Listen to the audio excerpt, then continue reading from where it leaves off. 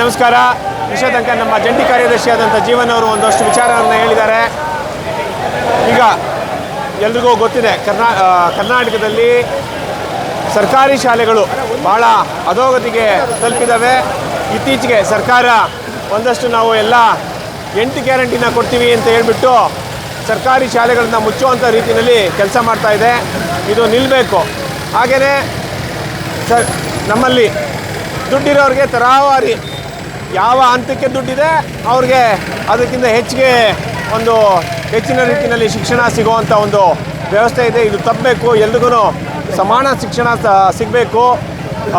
ಎಲ್ರೂ ಅವ್ರಿಗೆ ಅವಕಾಶವನ್ನೇ ಕೊಡದೇ ಇರುವಂಥ ಒಂದು ವ್ಯವಸ್ಥೆ ಸೃಷ್ಟಿಯಾಗ್ತಾ ಇದೆ. ಇದು ತಪ್ಪಬೇಕು ಅಂತ ಅಂದ್ಬಿಟ್ಟು ಇವತ್ತು ಮಂಡ್ಯದಲ್ಲಿ ರೈತ ಸಂಘದ ವತಿಯಿಂದ ಈ ಒಂದು ಪಂಜಿನ ಮೆರವಣಿಗೆಯನ್ನು ಹಮ್ಮಿಕೊಂಡಿದ್ದಾರೆ. ಇದಕ್ಕೆ ಹಿನ್ನೆಲೆಯಾಗಿ ಅವರು ಸುಮಾರು ಮಂಡ್ಯ ಜಿಲ್ಲೆಯಲ್ಲಿ 1000ಕ್ಕೂ ಹೆಚ್ಚು ಹಳ್ಳಿಗಳಿಗೆ, ಗ್ರಾಮಗಳಿಗೆ ಭೇಟಿ ಕೊಟ್ಟಿದ್ದಾರೆ. ಅಲ್ಲಿಯ ಶಾಲೆಗಳ ಸ್ಥಿತಿಗತಿಗಳನ್ನು ಪರಿಶೀಲನೆ ಮಾಡಿದ್ದಾರೆ. ಈ ಹಿಂದೆ ಕರ್ನಾಟಕ ರಾಷ್ಟ್ರ ಸಮಿತಿ ಪಕ್ಷದಿಂದ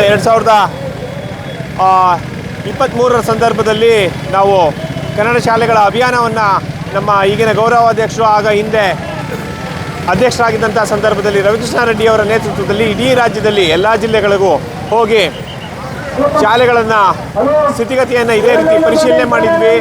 ಆ ಸಂದರ್ಭದಲ್ಲಿ ಅನೇಕ ವಿಚಾರಗಳನ್ನು ನಾವು ಜನರ ಮುಂದೆ ಇಟ್ಟಿದ್ದೀವಿ. ಆದರೆ ಪರಿಸ್ಥಿತಿ ಇದುವರೆಗೂ ಬದಲಾಗಿಲ್ಲ. ಮತ್ತೆ ಅದು ಅದೇ ಹೊತ್ತಿಗೆ ಹೋಗ್ತಾ ಇದೆ. ಇದು ತಪ್ಪಬೇಕು. ಶಿಕ್ಷಣ ಬಹಳ ಮೂಲಭೂತವಾಗಿರುವಂಥದ್ದು, ಮತ್ತು ಅದು ಉಚಿತವಾಗಿ ಸಿಗಬೇಕು ಎಲ್ರಿಗೂ. ಆ ನಿಟ್ಟಿನಲ್ಲಿ ಸರ್ಕಾರಗಳು ಕ್ರಮ ಮಾಡಬೇಕು ಅಂತಂದ್ಬಿಟ್ಟು ನಮ್ಮ ಒತ್ತಾಯ ಇದೆ. ಆ ನಿಟ್ಟಿನಲ್ಲಿ ನಮ್ಮ ಆಶಯಗಳು ಇದು ಸಮಾನ ಮನಸ್ಕರು ಮಾಡ್ತಿರೋ ಅಂಥ ಒಂದು ವಿಚಾರವನ್ನು ನಾವು ಬೆಂಬಲಿಸಬೇಕು ಅನ್ನೋ ಕಾರಣಕ್ಕೆ ನಾನು ಮತ್ತು ನಮ್ಮ ಜಂಟಿ ಕಾರ್ಯದರ್ಶಿ, ನಮ್ಮ ಕಾರ್ಯಾಧ್ಯಕ್ಷರಾದಂಥ ರಘು ಜಾಣಗೆರೆ ಅವರು, ಇನ್ನೂ ಅನೇಕ ರಾಜ್ಯ ಸಮಿತಿಯವರು ಈ ಒಂದು ಸಂದರ್ಭದಲ್ಲಿ ಬಂದಿದ್ದೀವಿ, ಬೆಂಬಲವನ್ನು ನೀಡ್ತಾ ಇದ್ದೀವಿ. ಈ ಒಂದು ಹೋರಾಟ ಯಶಸ್ವಿಯಾಗಲಿ ಅಂತ ಅಂದ್ಬಿಟ್ಟು ಆಶಿಸ್ತೀವಿ. ನಮಸ್ಕಾರ.